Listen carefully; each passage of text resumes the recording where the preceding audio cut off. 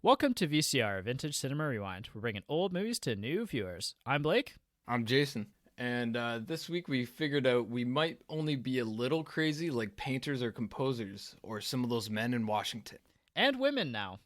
Yes, That's yes. new since this movie came out. Yeah. This is one of the older movies that we've done, and it's very fitting to the time of the year as well. You know what? So we're doing Miracle on 34th Street, the 1947 version. While I was watching this, I was kind of thinking, like, movies like this, I think the black and white is actually a benefit to the film. Oh, yeah. It just brings back like a bunch of older movies that you watched in like the early 90s around Christmas. And it definitely works for this one. Yeah, like I watched this one, so you actually can watch the 1947 version in color and black and white, and I watched the black and white version, and I think that it just adds like this very nostalgic kind of feel to it, like, Which is such a big part of Christmas. yeah, exactly. Like it feels right. It really feels right, and especially I think that Christmas movies, like you're kind of saying a little bit, I think that Christmas movies are a good like way to kind of put your toes in the water a little bit into black and white films. Like this is a good way to start to get into more black and white films. And that's something that I myself actually need to do more of as well is I'm just starting to really dip my toes into black and white films. You know, I've seen probably about a dozen black and white films in my entire life. Like not really a ton, maybe more than that at this point, but not a ton is what I'm saying. Not especially like, you know, from the 40s and 50s. Like I've seen all of the bigger ones from the 60s probably and onwards. Yeah, this one's kind of special. This one kind of surprised me actually. Yeah. I'm excited to get into it. I do think, again, talking about this black and white, think about all of the Christmas songs that you know. They were all written around like this time or earlier. Like they're all these old songs. They're not really creating new Christmas jingles that get stuck in our head the way and become a tradition the way all of these songs are. So like that really connects for me. Yeah, for sure. And I think a lot of our ideas of what Christmas are, like this movie almost feels ahead of its time in a sense too, in thinking about like what Christmas is. Yeah. And the balance of commercialism. Yeah, for sure. Okay, so before we get into the plot of Miracle on 34th Street, I do want to mention that this is our primer episode, so we're going to talk as spoiler-free as possible. We're going to try to sell you on this movie, or, you know, whether you should check this movie out or who should check this movie out. And next week, come back and check out the deep dive episode where we're going to go full spoilers. That being said, let's dive into the plot. Yeah, so Miracle on 34th Street. This is the OG, the 1947 version. They made a 1990s version. I don't think it's worth watching, just from what I've looked into. Anyways, so we see almost origin story of the official Santa Claus. So Kris Kringle steps in for a drunk Santa at the Macy's Day Parade, ends up working as a mall Santa at Macy's, and I don't know if I could say this. He ends up in the Supreme Court for us to decide who is there a real Santa and who is he. Yeah, I think that that's like a good, you know, really, really high level plot summary. And I think it's fine to say that, you know, that this film ends in not necessarily the Supreme Court, but in a New York court to, you know, decide whether he is Santa Claus or not. But, you know, at its heart, this film is a story about belief and, you know, what the true meaning of Christmas is a little bit. It's a really deep character study into the family at the core of this film, which is the Walkers, Doris and her daughter Suzanne, and how they view the world, how they view Christmas, and I guess how somebody like Kris Kringle can challenge that for them. Yeah. And I don't know that we're doing it justice necessarily, but what I'll say about this movie is that it's probably one of the most charming Christmas movies I've ever watched. Yeah, it's hard to... I don't know if I can fully agree. It is. Like, there's so many ups and downs to it, but I don't even know if I could say they're downs. I'm not sure. It's a tough one to really you nail. And I might have very different opinions of this one again, actually, then. So what I'll say about this is that I think this is probably one of the best Santa Claus performances in film ever. That I can agree with. And like there's only a handful that really stick in your mind, but this one will for sure. Yeah. So let's dive into the characters and people you may know. Obviously, a movie that came out in 1947, there's not going to be necessarily a lot of actors that people are going to, connect with in modern day film. I believe the last person alive in this from this film passed away in like 2016, so we don't Yeah. have a lot to compare to here. So I'll talk about the three main characters and a couple other characters. So Kris Kringle may or may not be Santa Claus, played by Edmund Gwenn, who was in the 1940 version of Pride and Prejudice. And he was in this movie called Them, which is a 1954 horror movie that came out the same year as Godzilla. And it's basically like the American version of Godzilla. Oh, no way. And it sounded really good, actually. I was kind of hooked. I want to watch it now. So it's now been added to our list of films that we're going to check out at some point because I was really excited about it. And like I said, this is just like, I think that as an audience, this to me feels like the most authentic portrayal of what I think of when I think about Santa Claus. And Yeah. he's just so jolly. He's very upbeat. Like his Genuine. beard is on point. He's like, yeah, He he's has just like, he has the actual twinkle in his eye. yes.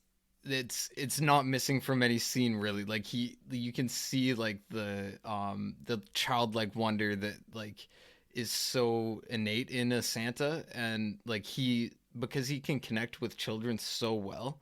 Yeah. It's like he's on the same plane as like a child, and you see He's just that. larger than life. Yeah. Although he is fairly short for any Santa, that's the only detractor of his portrayal.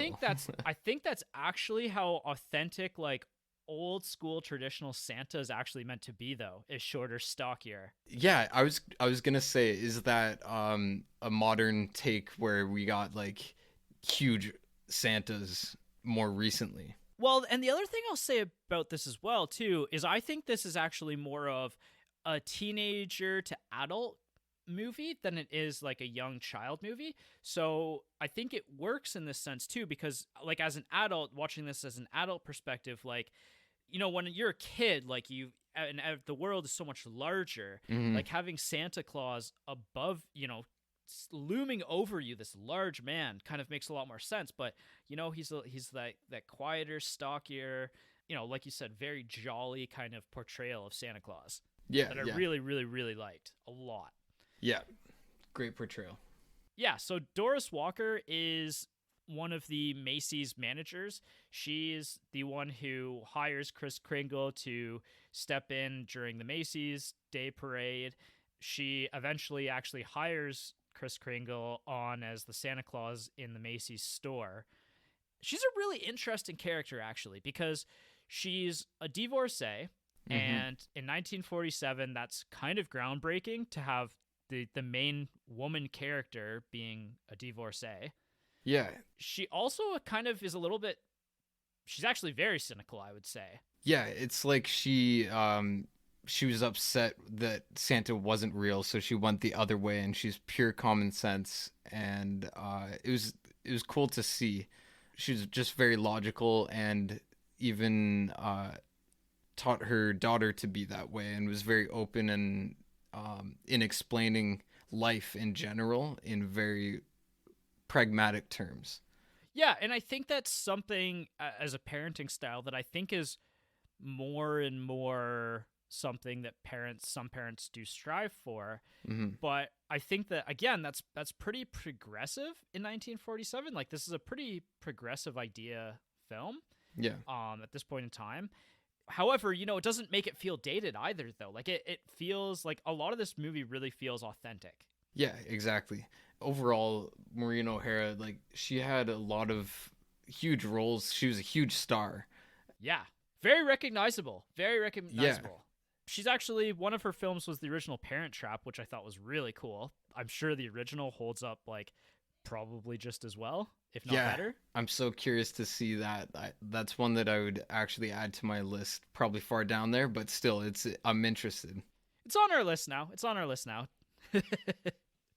And then Susan Walker, Susie, the child, is again, she's like, she's very much her mother's child, like, taught from this young age to be very logic based Hmm. and look at the world from a very logic standpoint. Like right off the bat, like in the her opening scene, she says to their neighbor Fred that she doesn't believe in Santa Claus and that she doesn't believe in giants and stuff like that. Yeah, yeah, and she hasn't even really heard or even wants to hear about fairy tales, for example. Mm-hmm. So Susan Walker's played by Natalie Wood, very cutely, I might add. Yeah, just an adorable, adorable little girl and a great child actress. She reminds me of what the character of like Cindy Lou Who in Mm, the Grinch yeah, series, like that, she would portray what I would equate to Cindy Lou Who. I agree with that. Yeah, very much so, and perfect for the role, really. Yeah. And so she's like 8 years old in this movie, and she goes on. She actually has a pretty good filmography. Like, she was in Rebel Without a Cause, which is a movie that we absolutely have to do on this podcast Yeah. at some point. I've never seen it myself, and I'm really interested in. She does in 1955 Judy. She does the original West Side Story in 1961 as Maria. She's a really, really strong filmography. However, I think what she's unfortunately more famously known now to modern audiences is how she died, right? In the 80s. She was the woman who died in a mysterious accident while on a boat with Robert Wagner, who was her husband at the Right, time, and Christopher right. Walken. And Yeah. it was never solved. Like, there's all this suspicion about whether Robert Wagner threw her overboard, like, Hmm. or what exactly happened that night, right? And we're never gonna know. Like, No. that's it's so unsolvable at this point, and who knows what happened that night, kind of thing. And that, I think that's unfortunately what she's more famous for at this point in time, is that mysterious Hollywood death. But really, really great actor, solid performance, and I think we're definitely gonna be checking out any one of those three movies that I said Yeah. at some point in time. She was filming, or she was in three productions at the same time as filming this as well. So Oh uh, wow. she had a very typical child star mother who was pushing her to be in everything and be super famous and everything. She handled it well for this. That's all I can say, really. Yeah, definitely. And then their neighbor, who I already alluded to, Fred Galley, he's a lawyer. He's definitely interested in Doris right from the get go, right? And he's Hmm. almost using Susan to get to her. Well, he is using Susan to He's get to her. Yeah, he literally states it, and so that's like it takes you back a little bit as a modern I viewer. think as a modern viewer, Jess was definitely like, oh, gross. But the character of Fred Galley, I think, is actually really great because he offsets Doris and Susan in a really great way. Like, he has this belief in him, like he's kind of a happy-go-lucky kind of Hmm. guy. He's open to letting the world surprise him, right? And keep him on his toes a little bit. Yeah, like he really understands what Chris is trying to do, and everyone kind of believes at one point, but he allows it to take him, and he's like fine with like being swept in up in the current of it all, and he's Yeah. like nothing like if I can't do something fun and like interesting, then what else am I doing like as a lawyer? Like I could make money for all these corporations and stuff, but this is really the only thing that would like make me happy. Really great performance here by John Payne. This is like his most famous movie, I think, and also his favorite movie. Like, this was his movie that if anybody ever asked him, what was your favorite movie you ever did, it was this one. He was always trying to make a sequel to it because he just loved his character and Hmm. just everything about this movie. He also starred in Kansas City Confidential in 1952 and 99 River Street in 1953, but this was always his movie, and you really can't fault him for that. To kind of round things out here, the only other character that I do want to mention in a little bit more detail is Granville Sawyer. He's the psychiatrist of Macy's, which is a really weird position. I think he's like the HR guy who just like they also just decide to let him do like psychiatry to their Yeah, employees. It's a weird position to like observe in a modern day. I want to say that it's like it is something you see in modern day, just where like a little bit of power gets to their head. So, Yeah. and this guy, like Macy's is huge. It's much bigger than I feel like anyone in the modern day really understands how Yeah, that's a good point huge too. of a corporation and just building this huge department store is in New York. Have you been to the Macy's store in New York before? No, not I haven't been to New York yet. Okay, I've never been to New York either then, so. Yeah.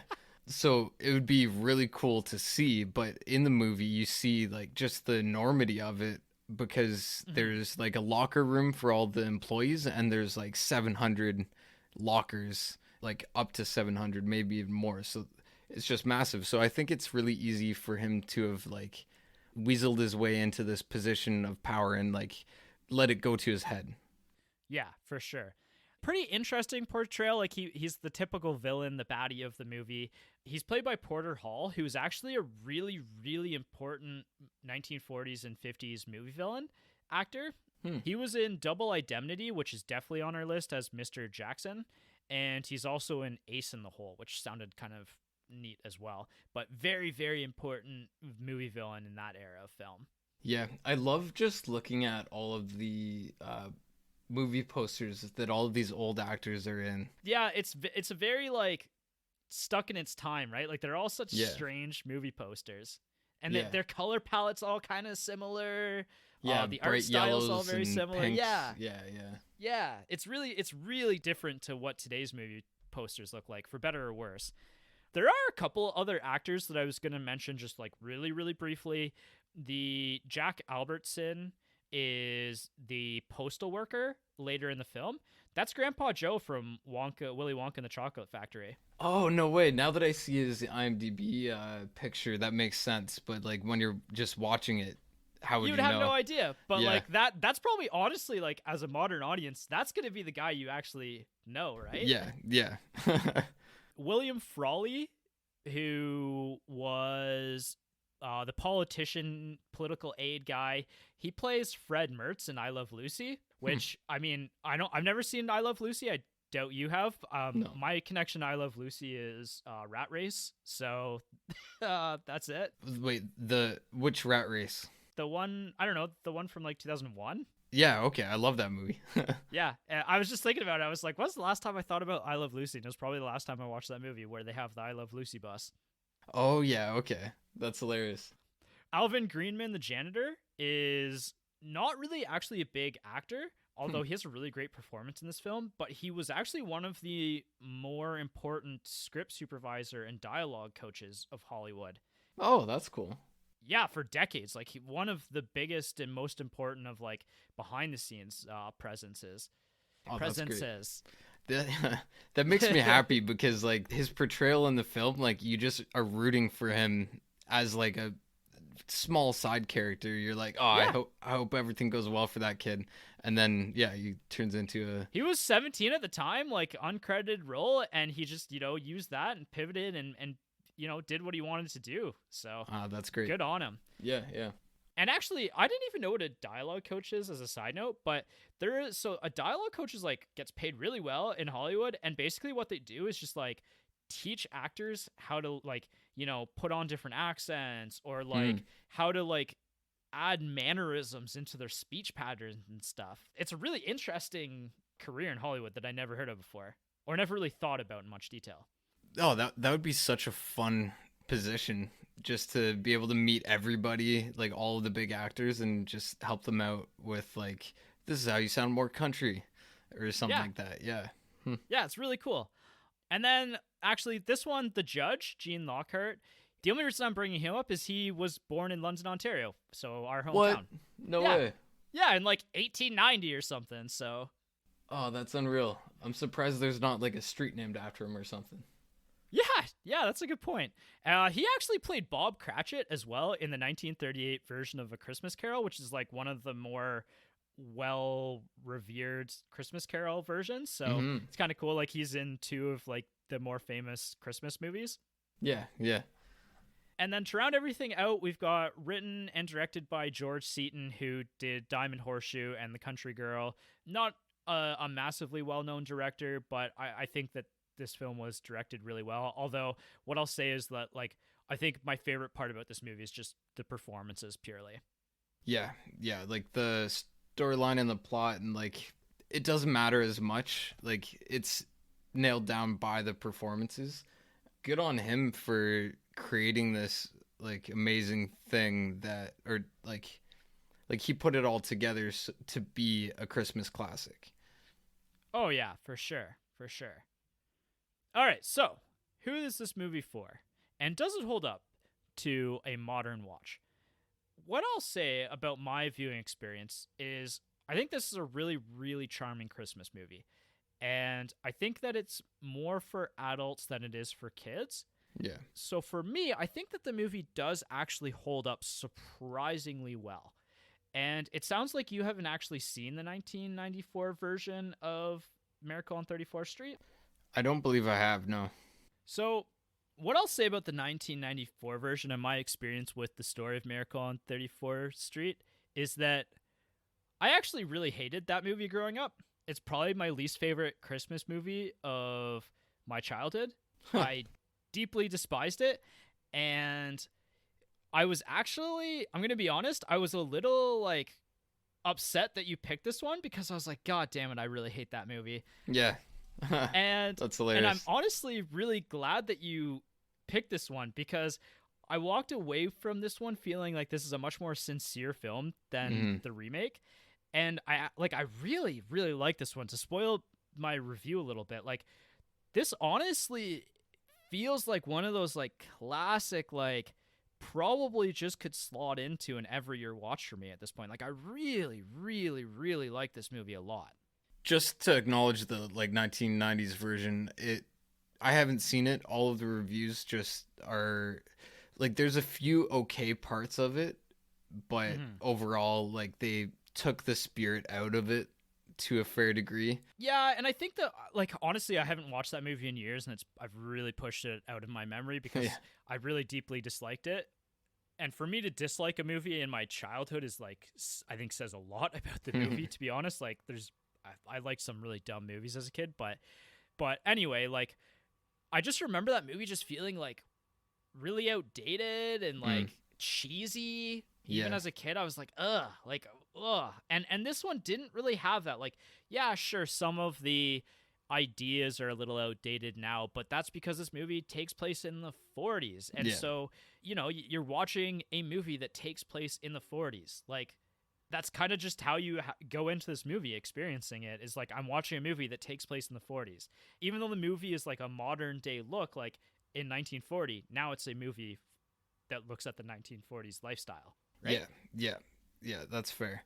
And the 90s one didn't capture anything worth Oh, no. rewatching. So It just changes. I think it changes the perspective of the film a little bit too, yeah. because really, like, yes, Susan's character is extremely important, but the focus is solely on Chris Kringle. Like, he Yeah. really carries the movie, and it's all of these like different ideas kind of like flowing around or through Chris Kringle and how that kind of works with this movie. And the other thing I'll say about this movie is that it's a really deeply New York film. Like Yeah. it's all Yeah. filmed on location in New York. Like we've got a lot of different New York accents And portrayed in the film.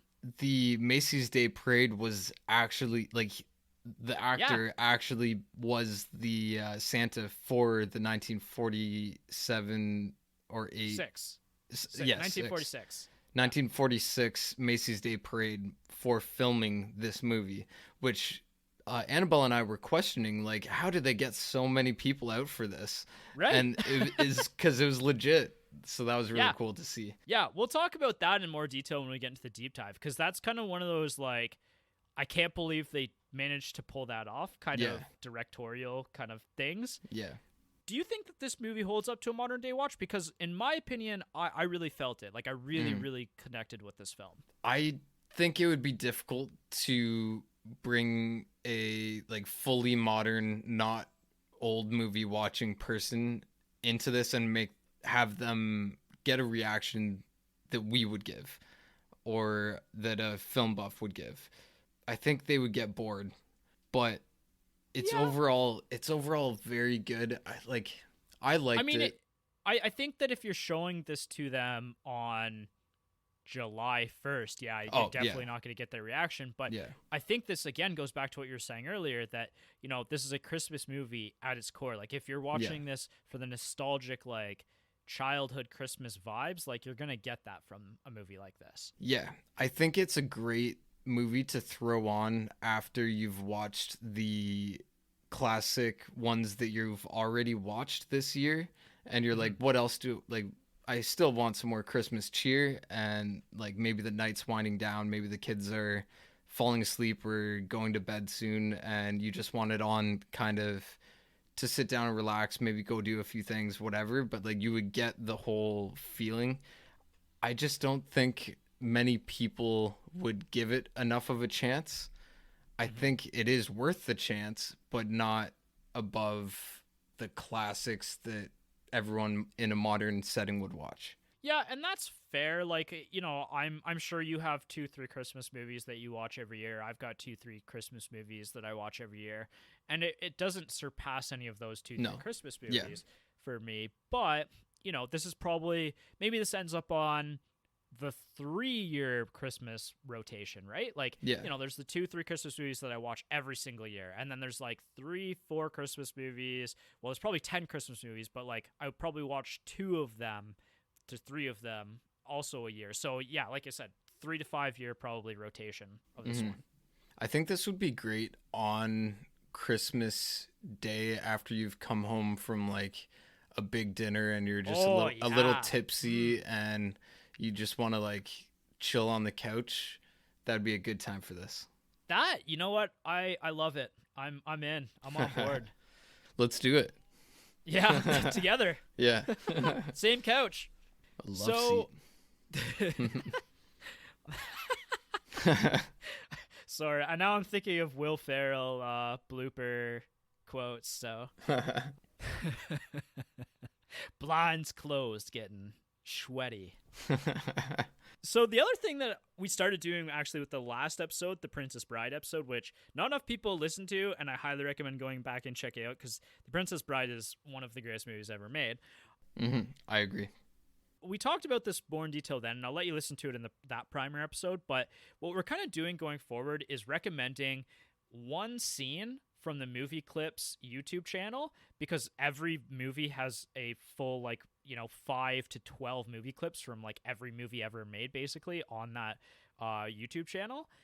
And we want to recommend one scene that kind of sells the movie instead of watching like a trailer from 1947 in this case, right? Because a trailer from 1947 is going to, it's marketed towards an audience from 1947. And oftentimes, like, the people marketing it aren't the people who made the movie. They don't fully understand the intention of the film. In this case, actually, the marketing of this movie, they wanted to release this in the summer because that's when more people they thought would go and see this movie. So they actually didn't market this as a Christmas movie at all. They actually hid the fact that this was a Christmas movie in their marketing materials. So that is like an extreme example of how the marketing is very different from what the movie is. That's ridiculous. Yeah. So on that note, did you check out the movie clips? Do you have a movie clip of this movie that you think best sells the movie? I didn't, because I thought that was for a different purpose, not for discussing in this. Okay, fair enough. Well, I did, and I have my movie clip that I'll talk about, and it's on, like I said, it's on Movie Clips, and we're gonna always have the link in the primer episode for which clip that we recommend. And the clip that I'm recommending is Santa Won't Lie to Susan. And that's when Doris brings Kris Kringle into his office, and she's like upset because Susan thinks that he's Santa Claus, and some of the like walls are coming down in her belief system.